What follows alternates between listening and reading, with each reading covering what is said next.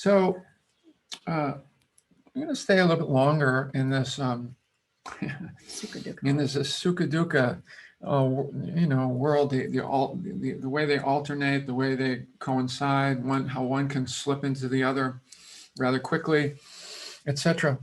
Because so much of the practice is about that, dukkha and sukha, dukkha and moving toward ease of well-being. Dukkha and releasing of dukkha toward what? Toward ease of well-being, toward sukha in some way.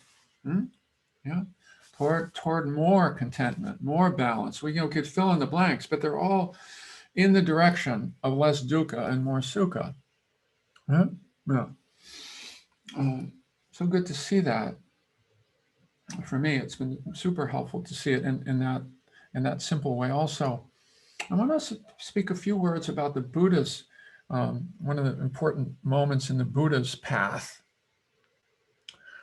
which is a movement, I think of it as one of the big moments of moving from dukkha to sukha. There was a certain point, as you know, he started out as a prince and had luxury all around him and was protected from seeing too much dukkha out there until he did. And then finally realized that he needed to go out and do the homeless life and renounce all of that, all luxury. And you can see that as a huge pendulum swing, right?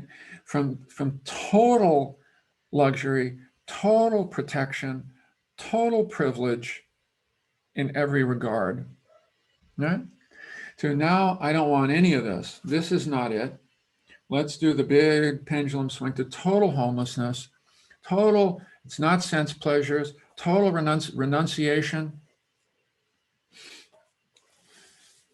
big time renunciation. In those times, a lot of the ascetic practices were going on. Renunciation was the name of the game for a serious yogi, for someone who really wanted to be liberated.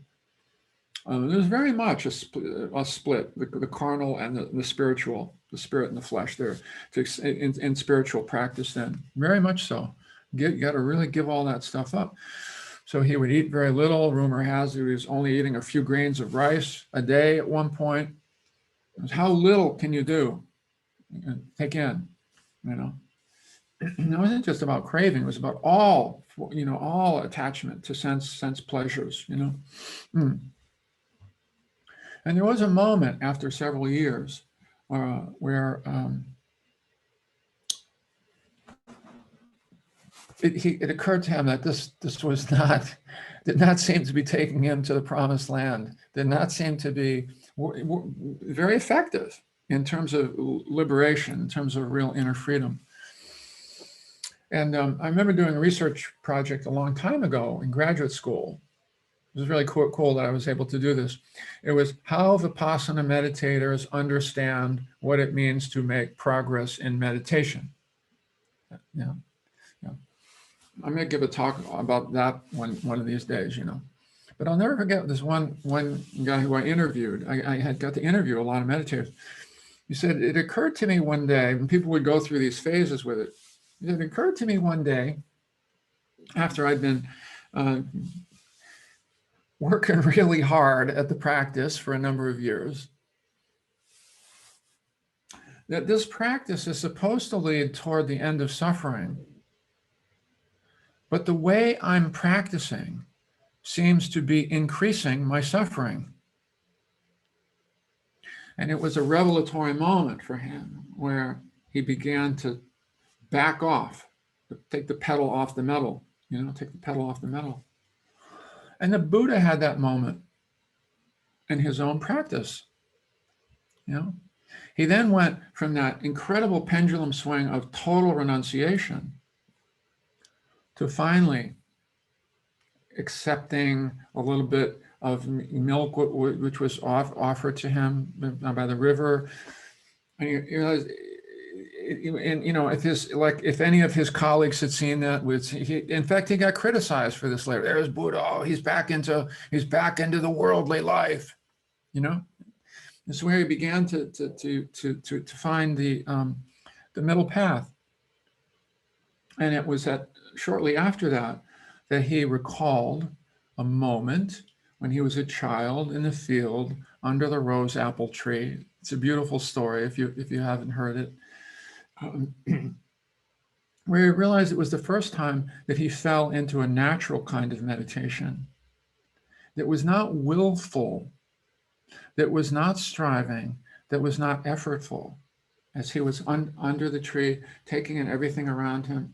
And he just closed his eyes, and his thoughts just gradually subsided, and a sense of real calm and ease and sukha filled his whole being. And he recalled that memory when he was 9 years old. He thought, oh, I think maybe there was something to that. I think that is something about moving toward the middle path in my practice.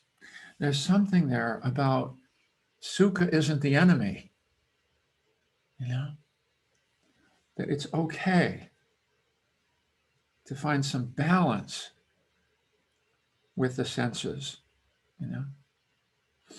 It's okay to move toward ease. Pounding sand is not leading to ease. Yeah. And so what I found in my meditation study, by the way, is that everybody had that initial orientation toward pushing really hard. I definitely think it's a culturally strong tendency here for us to work hard, to push hard, to try to hard to get rid of parts of ourselves that we don't like, to work it, to really work it, to work it and to judge it, etc., etc., etc. And obviously, part of what we encourage in various ways is to begin to see for yourself the limit of that, to begin to see for yourself how pushing isn't working so well in meditation practice. Beginning to discover that softer and more easeful, take the pedal off the metal, not to just space out, but to begin to take the push, to begin to take the push out of the practice. Bring the heart more into the practice. Yeah? Yeah? That moment. It's a really, really big kind of turning moment in the practice. First, to see it just a number of times. Our conditioning is to keep pushing. It takes a while to see that conditioning itself is contributing to our dukkha. The way we're practicing itself can add to the dukkha that we're already working with. Yeah? Hmm? Very important inquiry there. And it's not just a cognitive inquiry, It's something to really begin to notice in your own practice. Is this working this way? How's that going for me?